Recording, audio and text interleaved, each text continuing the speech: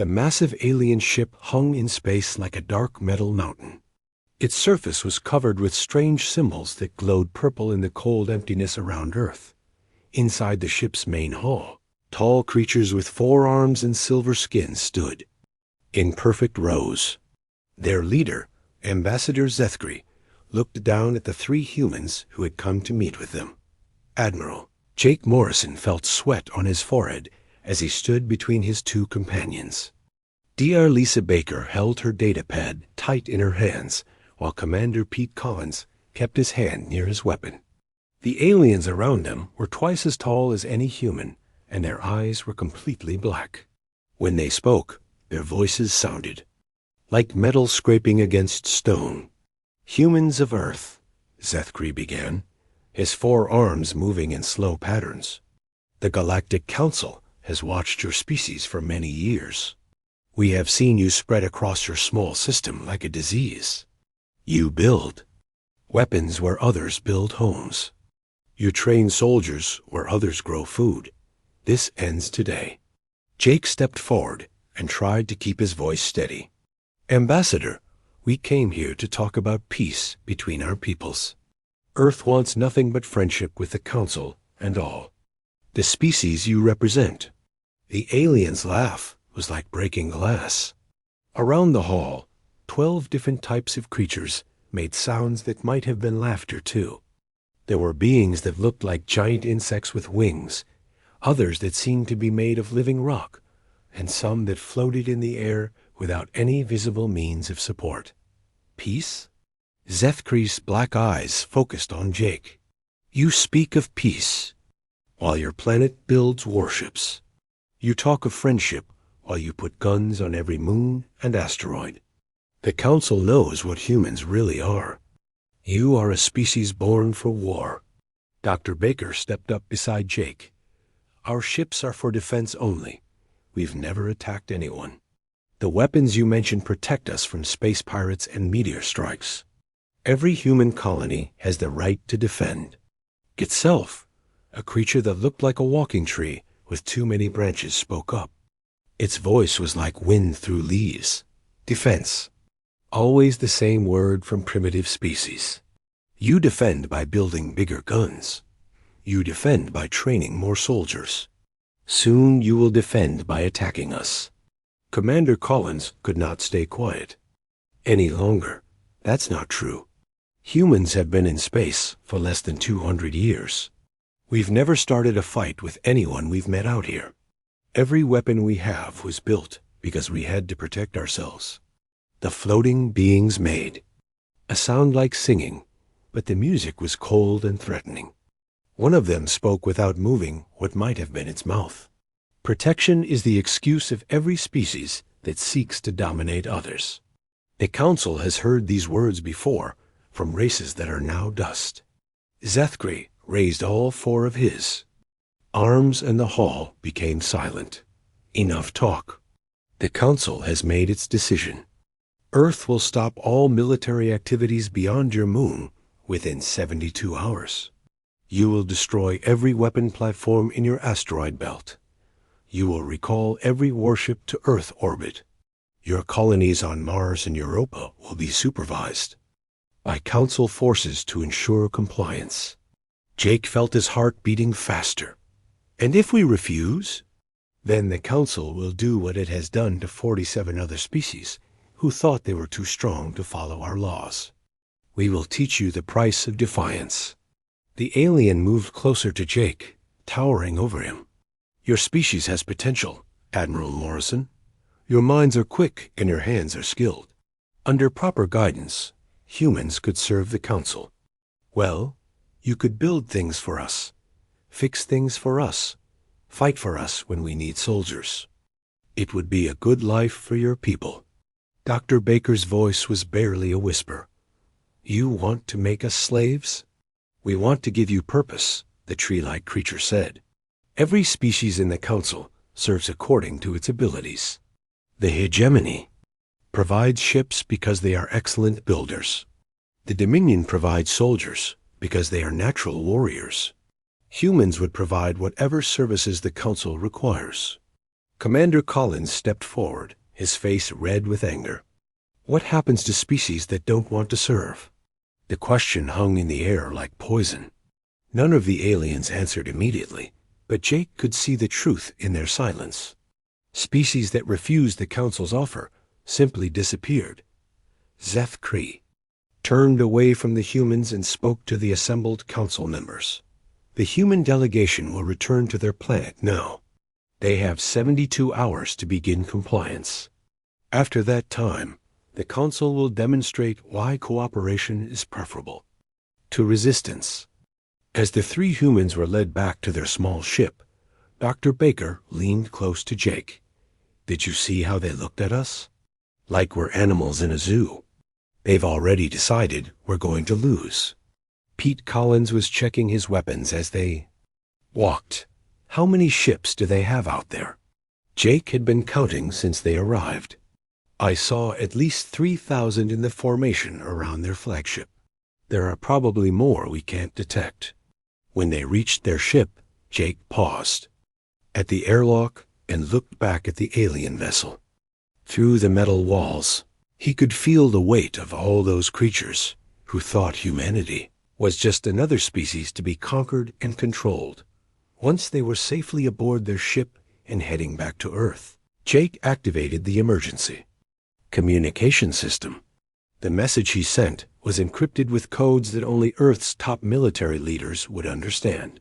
This is Admiral Morrison reporting from the Council flagship. The situation is worse than we expected.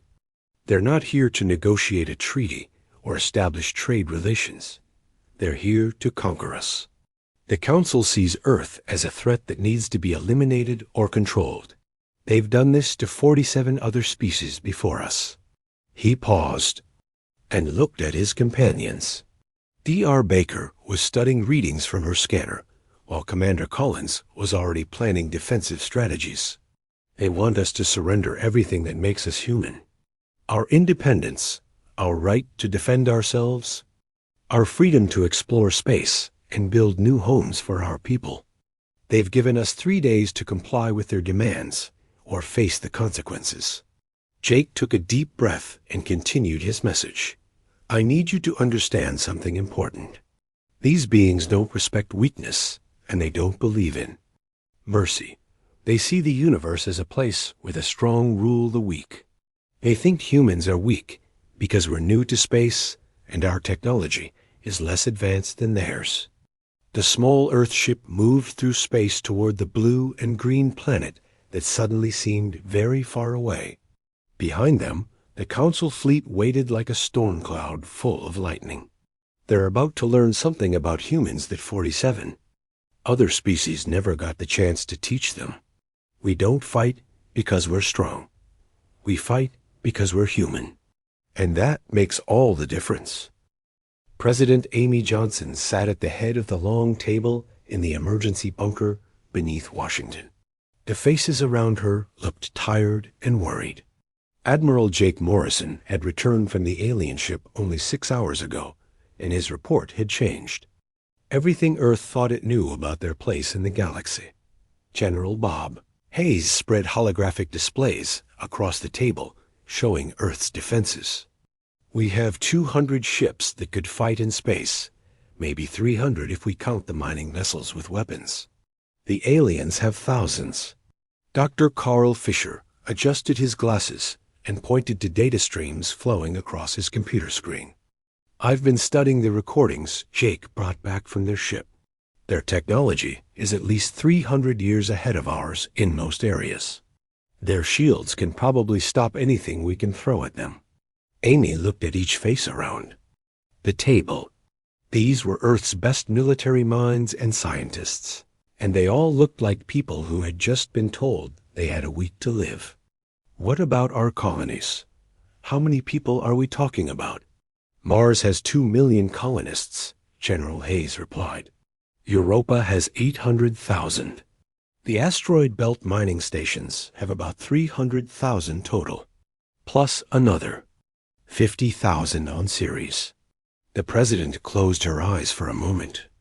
Over 3 million human lives scattered across the solar system.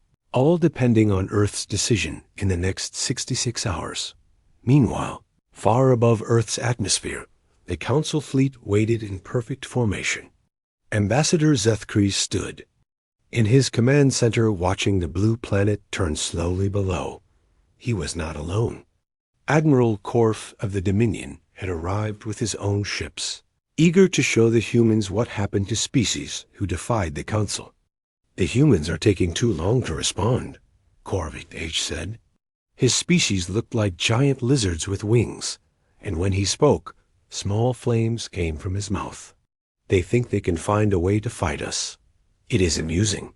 Zethkries' 4 arms moved in patterns that showed agreement. "Perhaps we have been too gentle with our message.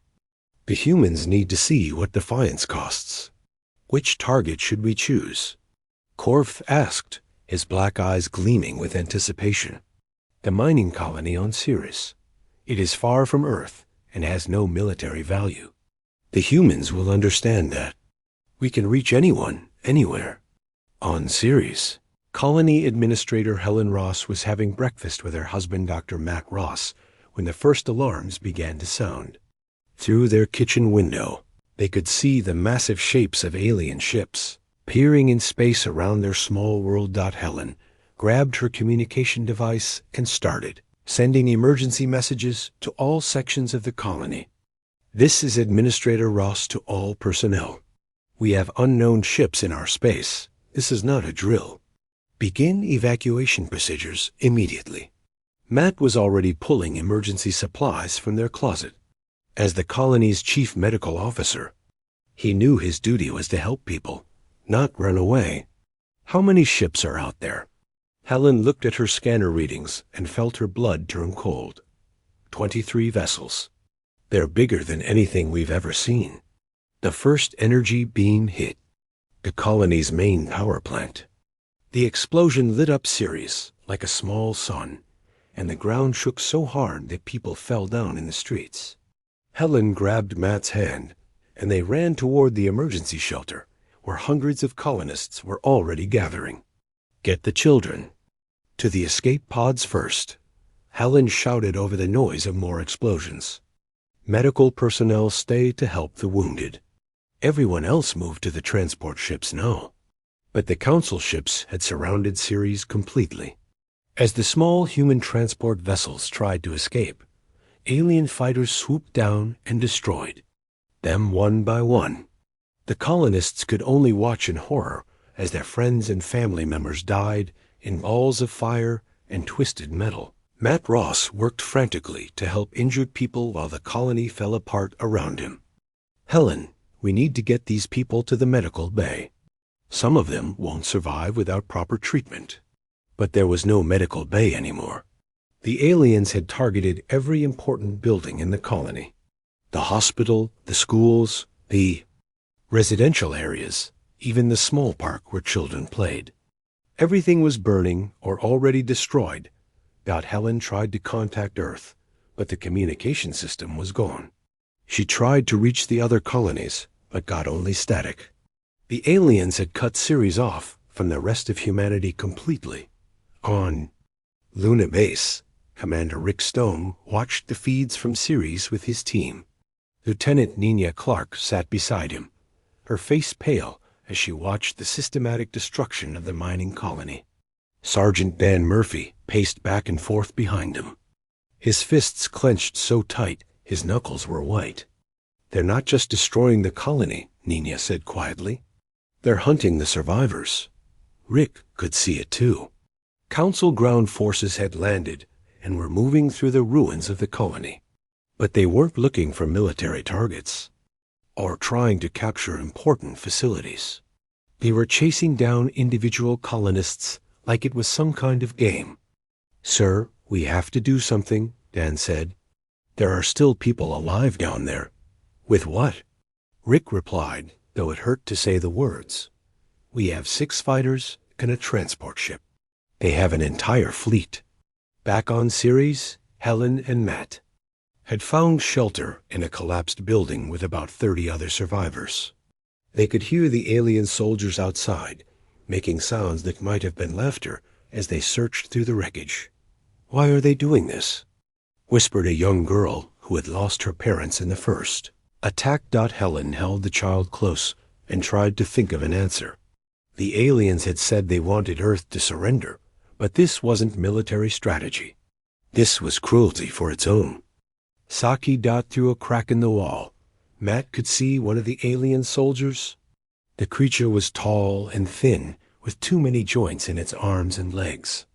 It was carrying what looked like a human child's toy, examining it with what seemed like curiosity before throwing it into the burning rubble.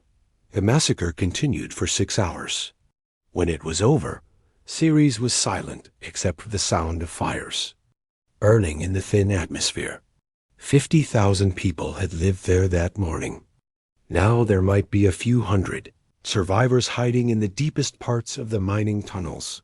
The Council's message was broadcast to every human settlement in the solar system.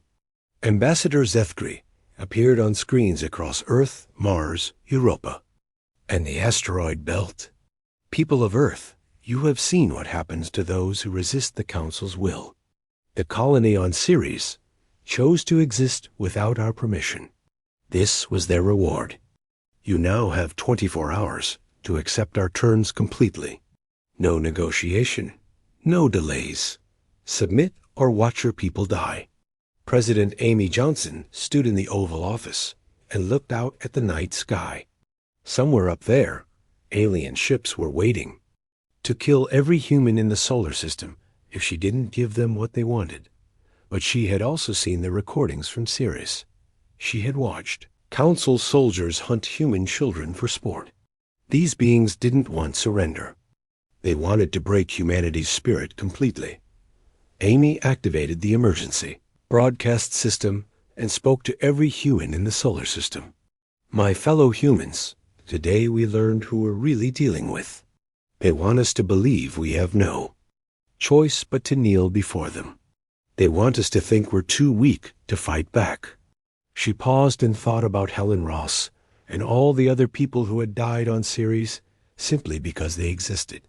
But they made one mistake. They showed us exactly who they are. Now they're going to learn exactly who we are. The first human attack began exactly 12 hours after President Johnson's broadcast. Deep in space near Saturn's rings, Captain Alex Turner watched his instruments as the alien patrol fleet moved closer to Titan. His ship, the EFS Vengeance, was invisible to their sensors, thanks to new stealth technology that Earth had been developing in secret for 20 years. "Target locked," said Weapons Officer Kate Morgan from her station. 3 Council ships heading straight for our hidden base. Engineer Tony Webb checked his readings one more time. "Engines are running silent. They have no idea we're here." Alex had been waiting for this moment since he learned about the massacre on Ceres. His sister had been a teacher there, helping children learn about space and the stars. Now she was dead, killed by aliens who thought humans were nothing more than animals to be controlled. "Fire all missiles," Alex ordered. The Vengeance launched 16 nuclear missiles at once. The alien ships had advanced shields and powerful weapons, but they had never faced an enemy who would hide in the darkness and strike without warning. The first Council ship exploded in a ball of white fire. The second ship tried to turn and run, but 3 missiles hit it before it could escape. The third ship managed to send out a distress signal before it too was destroyed. Alex smiled grimly as he watched the wreckage drift through space. "That's for Ceres. Tony, take us to the next target." All across the solar system, similar attacks were happening. Earth had not been sitting idle during the years since first contact with alien species. Every mining station, research outpost, and communication relay had been built with hidden purposes. What the Council thought were civilian facilities were actually military bases in disguise. On Mars, Dia Susan Lee activated the Prometheus protocol from her underground laboratory. Across the Red Planet and throughout the asteroid belt, communication. Satellites that had been in place for decades suddenly revealed their true nature. Each satellite contained weapons, based on human technology that the aliens had dismissed as primitive and useless. The Council had studied human weapons and found them crude compared to their own energy beams and particle cannons. But they had never seen what humans could do when they combined nuclear weapons with artificial intelligence and computer guidance systems. Near Jupiter, Commander Ryan Clark led a squadron of 12 human fighters against a Council patrol of 6 ships. The alien vessels were larger and more powerful, but Ryan's pilots had been training for this battle their entire careers. "Remember the plan," Ryan spoke into his radio. "They think in straight lines. We think like hunters."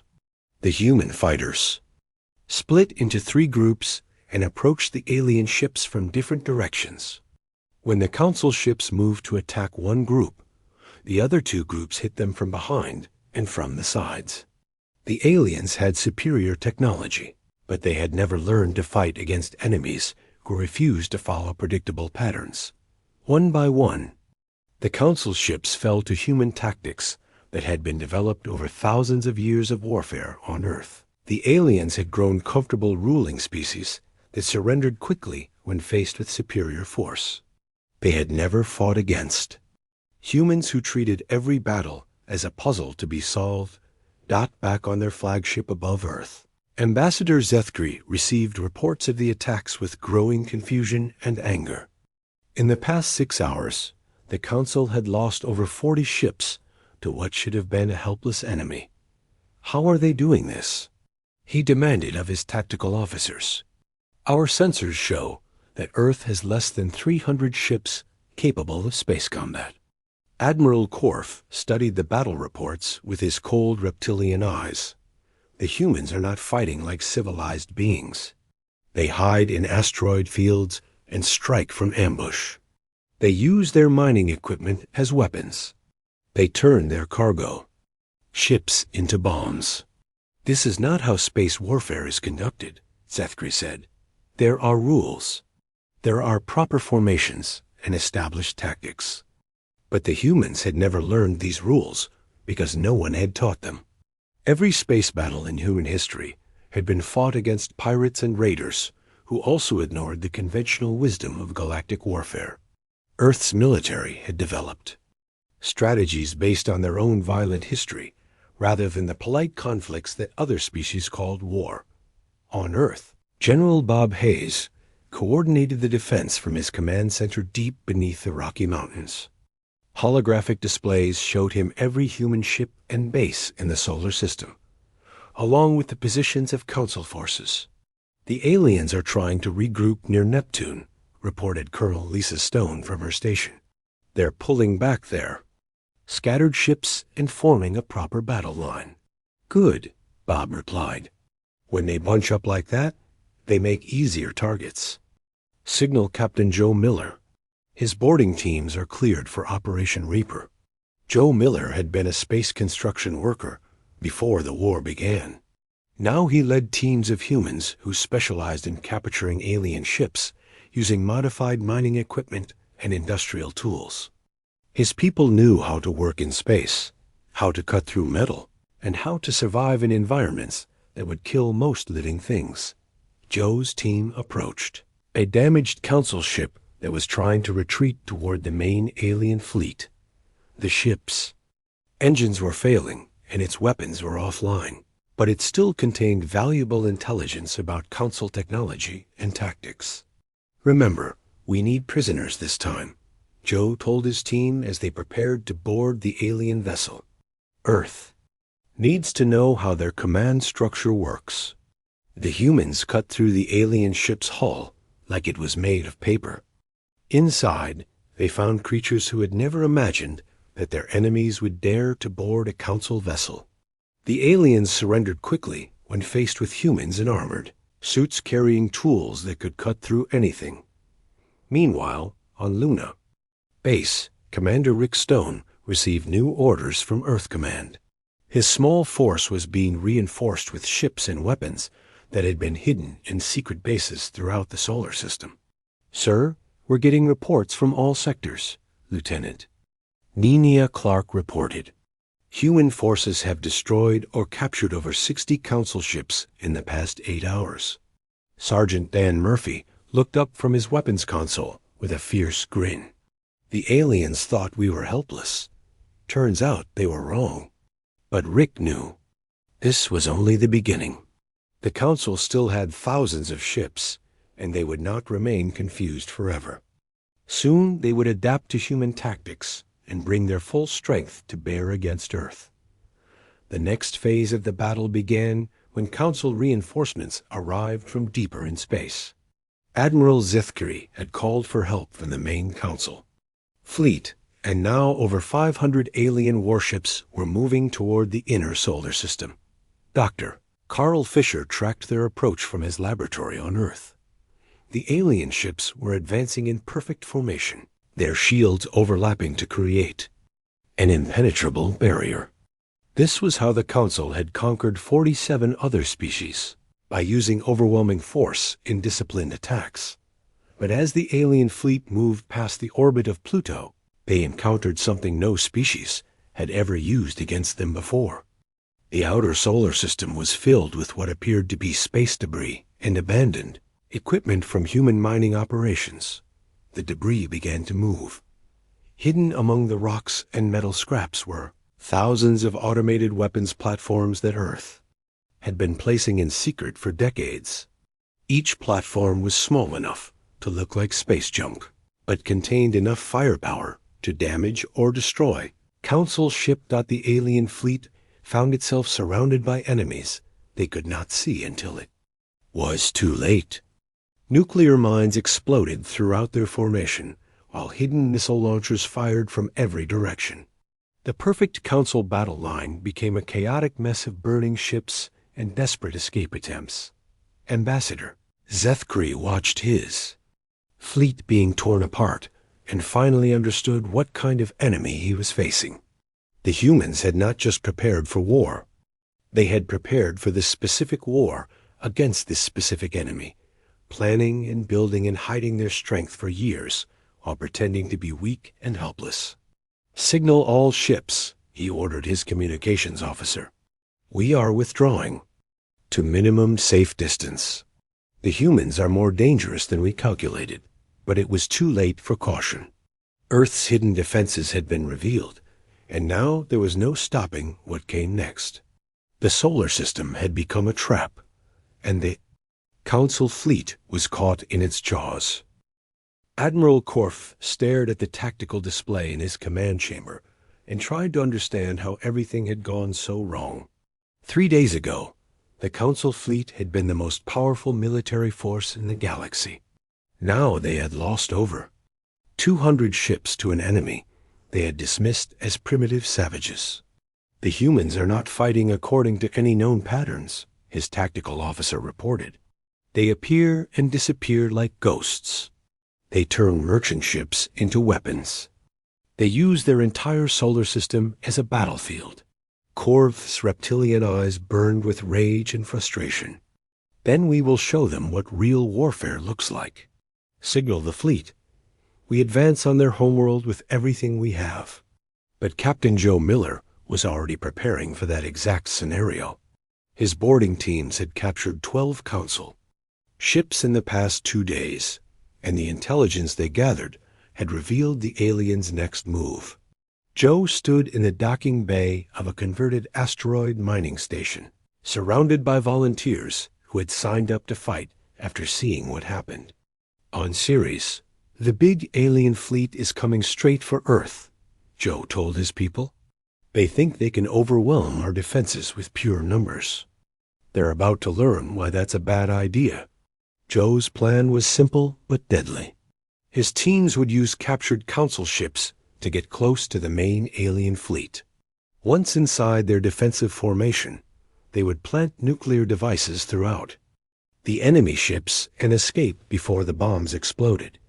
Dr. Nancy Green worked frantically in her laboratory on Europa, developing weapons that could target specific alien species. She had studied tissue samples from captured Council soldiers and found weaknesses that could be exploited. Her biological weapons were designed to shut down the nervous systems of alien creatures while leaving humans completely unharmed. The gas will spread through their life support systems, she explained to Commander Frank Lee over the video link. Within minutes, every alien on those ships will be unconscious. Our people can then capture the vessels intact. Frank nodded as he prepared his cyber warfare teams for their next operation. While you're putting them to sleep, we'll be taking control of their computers. The Council uses network systems throughout their fleet. If we can break into one ship, we can probably access them all. The decisive battle began when the Council's main fleet reached the asteroid belt. Admiral Korf had brought over 1,500 ships, the largest military force ever assembled in Council history. He was confident that nothing could stand against such overwhelming power. Commander, Beth Davis watched the alien armada approach from her hidden command post inside the asteroid vista. Her defense force consisted of only 40 human ships. But she had something the aliens could never understand: complete knowledge of the battlefield. They're coming in tight formation, reported her tactical officer. Just like we expected. Beth smiled coldly. Then let's give them a proper welcome to the belt. The asteroid field had been turned into the largest trap in human history. Every rock larger than a house contained hidden weapons or nuclear mines. The spaces between asteroids were filled with nearly invisible cables and nets designed to tangle alien ships. What looked like empty space was actually a maze of death waiting for unwary intruders. The Council fleet entered the belt in perfect order, their ships arranged in geometric patterns that had intimidated enemies for centuries. But within minutes, their formation began to fall apart as hidden weapons opened fire from every direction. Contacts everywhere, screamed Korf, sensor operator. The entire asteroid belt is armed. We're taking fire from positions that don't exist on any of our charts. Beth coordinated the defense from her command center, watching as alien ships ran into traps that had been prepared months in advance. Focus fire on their command vessels. Take out their leaders, and the rest will panic. The human strategy was working perfectly. Every major asteroid in the belt had been hollowed out and turned into a fortress. The Council ships found themselves fighting an enemy that could hide behind solid rock and emerge to attack without warning. Colonel Sam Baker led special operations teams that struck deep into Council territory during the battle. His people used captured alien technology to infiltrate enemy bases and destroy supply lines. Sam's missions were not random attacks, but carefully planned operations designed to create maximum psychological impact. Hit their fuel depots first, Sam ordered his team leaders. Then destroy their communication relays. I want every Council commander to feel cut off and alone. The psychological warfare was working. Council species had grown comfortable with the idea that they were the dominant force in the galaxy. They had never faced an enemy that could strike anywhere at any time, turning their own superior numbers into a liability. On Earth, President Amy Johnson watched the battle reports with a mixture of pride and sorrow. Humanity was winning, but the cost was enormous. Thousands of human soldiers and civilians had died in the fighting, and entire colonies had been destroyed or damaged. Ma'am, we're receiving surrender requests from several Council ships, reported General Bob Hayes. Their crews are asking for safe passage out of the solar system. Amy considered the request carefully. Part of her wanted to show mercy to defeated enemies. But she also remembered the children who had died on Ceres, hunted down like animals by Council soldiers who had laughed while they killed. No surrender, she decided. They wanted to show us the price of defiance. Now they can learn that price themselves. The battle reached its climax when Admiral Corved H tried to break through the asteroid belt with a concentrated assault on Beth Davis's position. He brought 300 of his best ships against the human stronghold, determined. To crush this pocket of resistance once and for all, Beth watched the alien ships approach and activated her final surprise. Hidden among the asteroids were massive electromagnetic pulse generators that had been disguised as mining equipment. When activated, they would shut down every electronic system within 100,000 kilometers. All human ships switched to manual controls, Beth ordered. Everyone else is about to go dark. The pulse generators fired simultaneously, creating an electromagnetic storm that swept through the alien fleet like an invisible tsunami. Council ships lost power, life support, and navigation all at once. They drifted helplessly through the asteroid field while human fighters moved in to finish them off. Admiral Korf found himself trapped aboard a dead ship, surrounded by asteroids and facing human soldiers who had boarded his vessel through the cargo bay. His mighty fleet was scattered and broken, and he was about to become a prisoner of the species he had tried to enslave. "You fought well," the human boarding team leader said as Council soldiers surrendered throughout the ship. "But you made one mistake.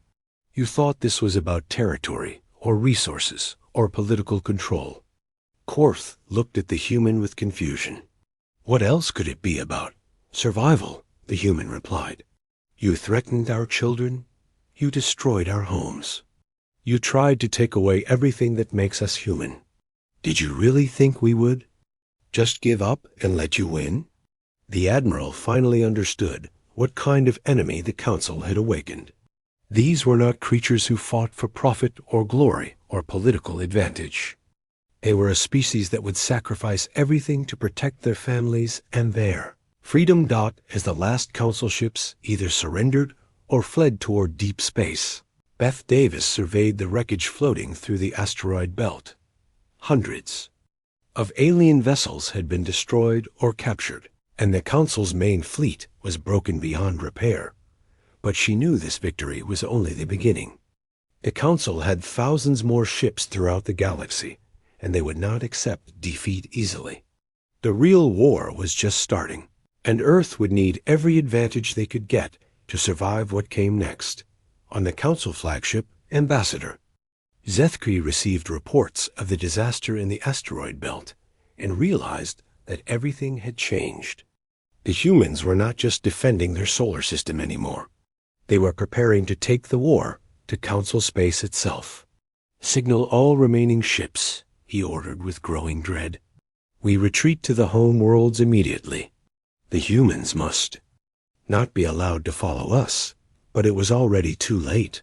Human ships were moving beyond the solar system for the first time, carrying weapons and soldiers trained in the hardest school of war ever created. The galaxy was about to learn what happened when humanity decided to go on the attack. The final battle began when the Council's home fleet arrived at Earth 6 months after the disaster in the asteroid belt. Admiral Zethkri had returned with every remaining Council ship in the galaxy, over 2,000 vessels carrying the combined military might of 12 different species. This was their last chance to destroy humanity before the humans could spread their dangerous ideas to other worlds.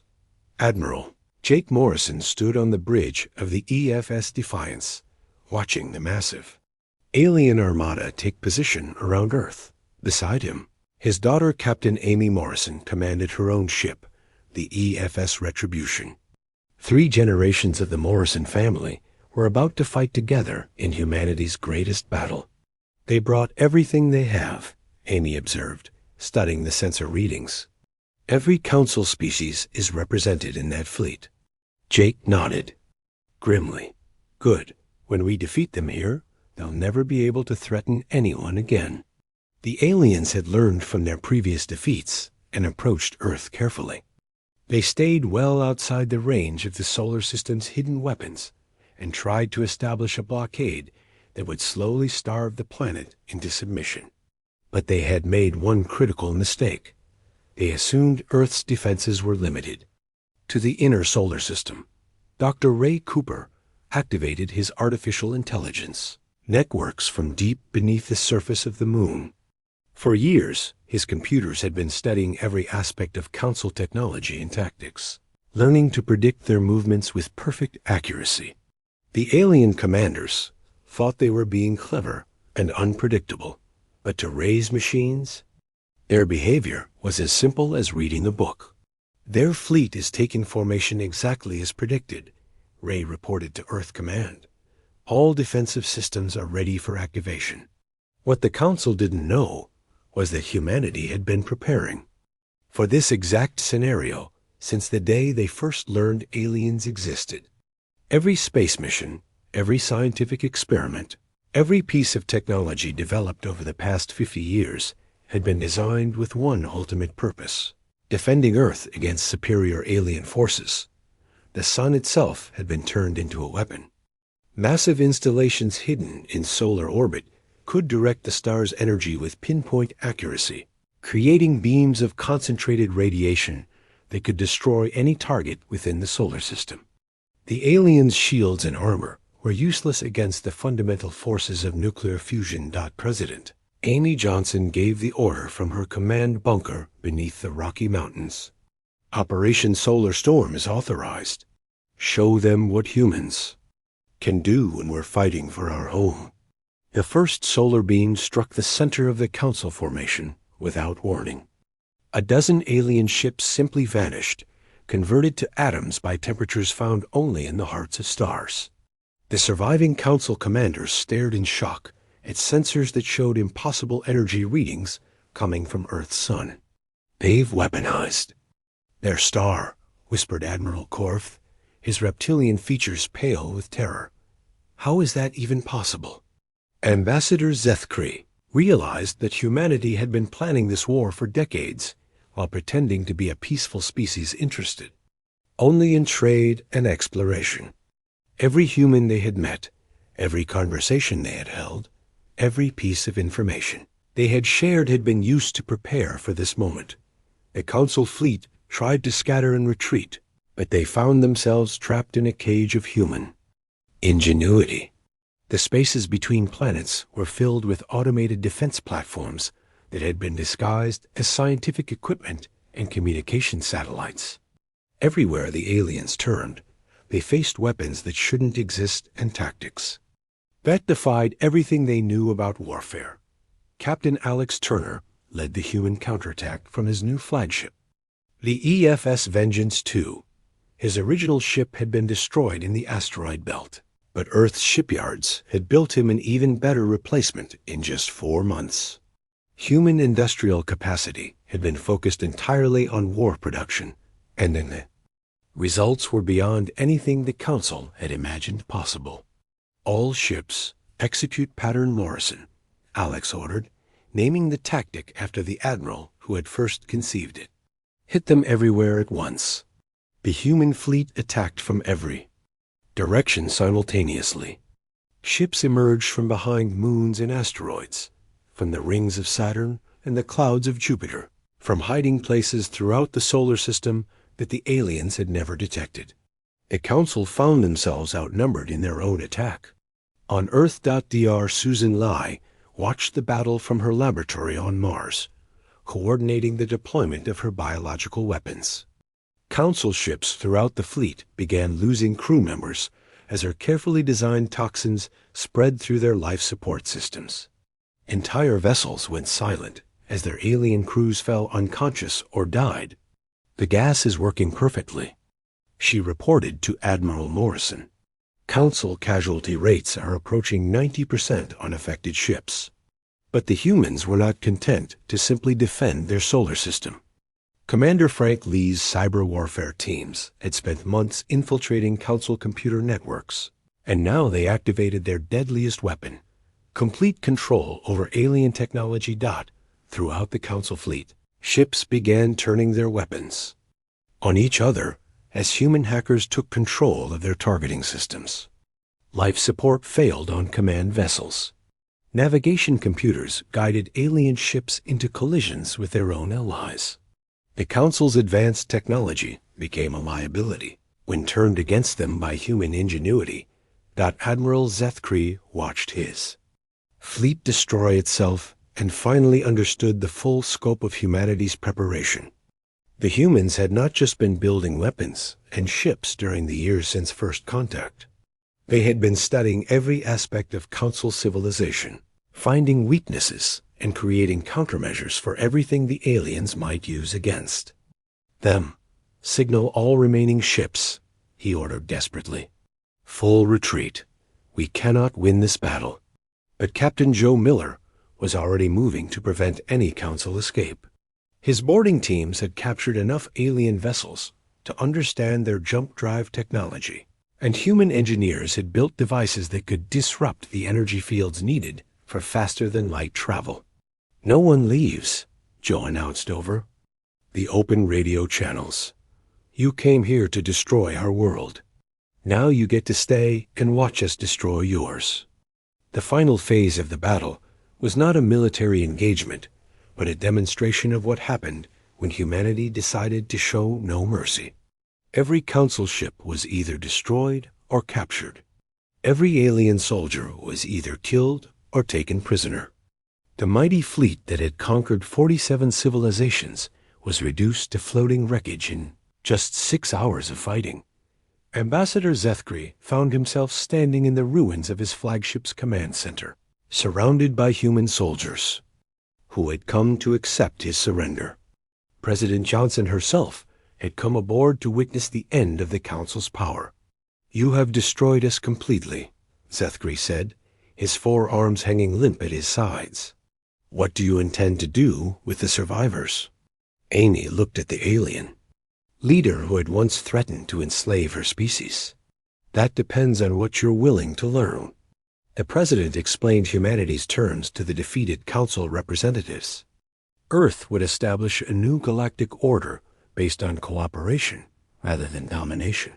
Species would be free to govern themselves as long as they respected the rights of others.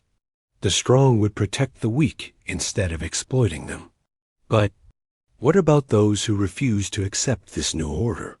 Asked Admiral Korf, who had also been captured during the battle. Amy's expression hardened. "Then they'll learn the same lesson you just learned. Humanity doesn't start fights, but we always finish them."